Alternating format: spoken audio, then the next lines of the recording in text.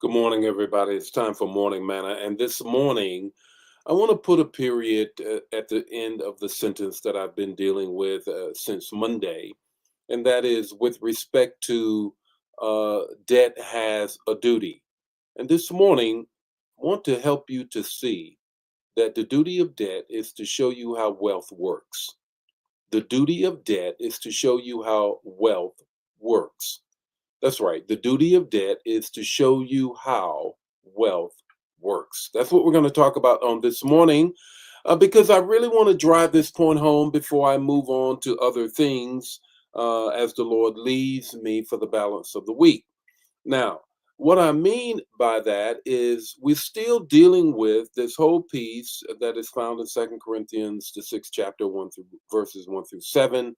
It is the floating axe head, that whole thing, the emphasis on the place and all. And this morning, I want to look at it through the lens of our past, of our lives, and how do we build wealth? How many of you say, I need to build some wealth. I need to build some wealth. I don't want to just come out of debt. I need to be able to do as the word of God says. I need to pass on to my children's children. I need three generations of wealth, three generations of wealth. How do I do that? How do I create three generations of wealth? I have to make sure that my children's children, my generation, their generation, and my grandchildren's generations now have wealth. What do I need to do with that? How do I manage that? Well, debt has a duty to show us. I'm going to greet some folk and then we're going to get right into this morning's manna. This is the last time I'm going to be dealing with this. I'm going to be teaching it tonight as well. Don't miss it. Don't miss it at all because you need to really realize how to do that. Good morning, Ramona, the first of all time. Always, Ramona is the first. Always the very first. Thank you so much for being with us on this morning. Good morning, Ramona. Good morning, Arlene. Good morning, Gerald, how are you? Good morning, Deacon Joe. How are you? Good morning, Brenda. How are you? Gloria, how are you? Lydia, how are you? Joel, how are you? Brother Pope, how are you? And yes, I got the tickets. Haven't been in yet, but I will get them. Thank you, Brenda. Thank you, Carolyn. Appreciate that so much. Good morning, Ann. How are you? Minister Sent, how are you? Anna, how are you on this morning? Brother Nesbitt, how are you on this morning? Thelma, how are you doing on this morning? Carolyn, thank you so much for your kindness. Good morning, Ella. How are you on this morning? Elder Jan, how are you? Angela, how are you? Verena, how are you doing on this morning? Cynthia, how are you? This morning, before I go any further, it's all about how do I make wealth work? That wealth works. How do I make debt disappear and move into a life of wealth? I need to be able, according to the word of God, to pass on to the next generation and the generation after that wealth. That's what it says, to my children's children. And so that's what we're going to talk about on this morning. And we want to give you this kind of the last part of this whole thing that I've been couldn't shake from Second Kings 6, 1 through 7. Good morning, Cynthia. How are you? Lena, how are you? Pastor Leo, how are you on this morning? Bev, Tally, how are you on this morning? Francine, how are you? Pamela, how are you on this morning? Linda, how are you on this morning? Linda, you finished the book yet? All those who finished the book, raise your hand. All those who finished the book, raise your hand.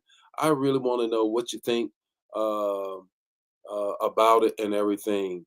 I really do want to know what you think about it, Lenora and Bev. Um, that the book that you read, that I wrote, I bless God for it. And this morning is talking about totally different thing. Talking about building, wealth building. Of course, it is the text, and the text is this. The text is 2 Kings 6 and 5. As one of them was cutting down a tree, the iron axe head fell into the water. Oh no, my lord, he cried. It was borrowed. Fell into place, fell into place. As I've been sharing all week long and on Sunday, how this particular Hebrew word place was the place of transition, a liminal place from one great thing, one great moment to the next. Also, the place of encounter, the place in which God moves and God has an encounter with mankind. Similarly to the place of Zacchaeus when Jesus came up to him at that spot in that tree and said, "Come down." And he said, "I'm going to wipe out the debt of the people that I took advantage of." Also, the place, and I mentioned these, just a reminder, just to give you context, of the place where Jacob laid his head down on the stone and he said, "It's the Bethel, it's the ascending and the descending." It is that place. And this place is where we are right now. Since 1619, we've been in this place. We've been in this place and we've been borrowing our lives away. We've been borrowing our lives away.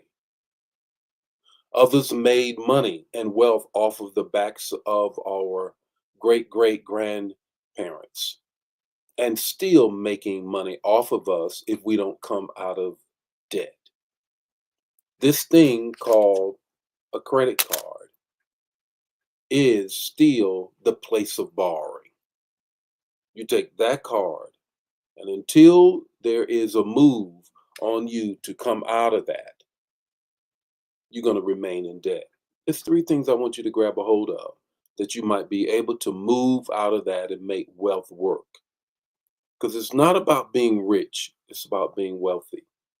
Rich comes and goes, wealth moves to the next generation. There's three wealth building reminders that I want you to get from this miracle at that place. And this place that I'm referring to now is America. America, where we have been put in debt, drowned in the misery of our forefathers and foremothers. What do we do with this? Remember, debt has a duty, but wealth has a work ethic. Debt has a duty, but wealth has a work ethic. Put that down, put it in the chat area. Debt has a duty, but work has a work ethic. Wealth has a work ethic, and we got to grab a hold of that. And what does that mean? I cannot spend everything that I work so hard for. I cannot spend everything that I work so hard for. I have to invest it. There's three ways in which you can build wealth. It's just three ways: business, your own business, invest, or own property. Your own business, invest, or own property. The laws of this country are geared toward people in those particular categories. Before anybody had the right to vote, property owners had the right to vote. Before anybody, property owners. And there are laws that are still bent toward property owners, business owners, and investment. So debt has a duty, but wealth has a work ethic. You can't spend everything you work for. You have to put it in one of those three areas. Here's the second thing I want you to grab a hold of is borrowed doesn't mean broken. Borrowed doesn't mean broken. You have to understand something. One of the ways that you can build wealth with real estate, for example, is that you can take your house. If you own a home, I pray that you do. And if you own that home, then you can take a second mortgage on it. You take a second mortgage on it, right? You do that second mortgage, and you take the equity. The equity. That's the paper money that's on paper. It ain't the money that you carry around. It's the equity. And then you can take that and say, I'm going to take from that and buy some property. I'm going to buy some property. Okay, and I'm going to then this rental property and I'm going to let the renters pay the note while I make sure that I can pay off the second. Eventually, that property will, in fact, be paid off. And then the money that the renters are paying you becomes a part of your wealth. You pass that on. So, borrowed doesn't mean broken. Just borrow for the moment that I might invest for the long term. Here's the third thing. The third thing, giving you some strategies here. Some strategies here. The third thing is the place of loss can be the place of leverage. The place of loss can be the place of leverage. The legacy of our people is that we were enslaved.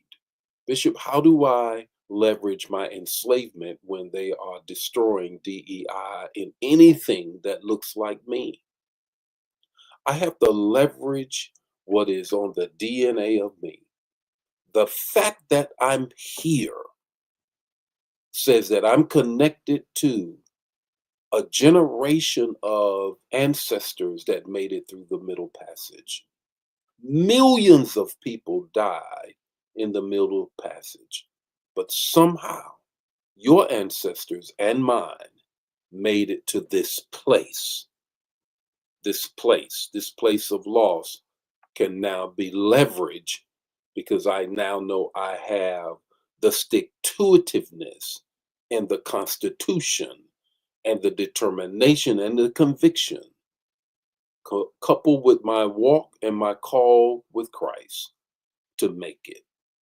What am I doing? What's my takeaway with this? If you work your faith will work. If you work your faith in the principles of God, your faith will work in this place too. In this place too. The Lord be with you today. May his face shine upon you and give you peace. This bless you, bless somebody else. Don't keep it to yourself. God bless you.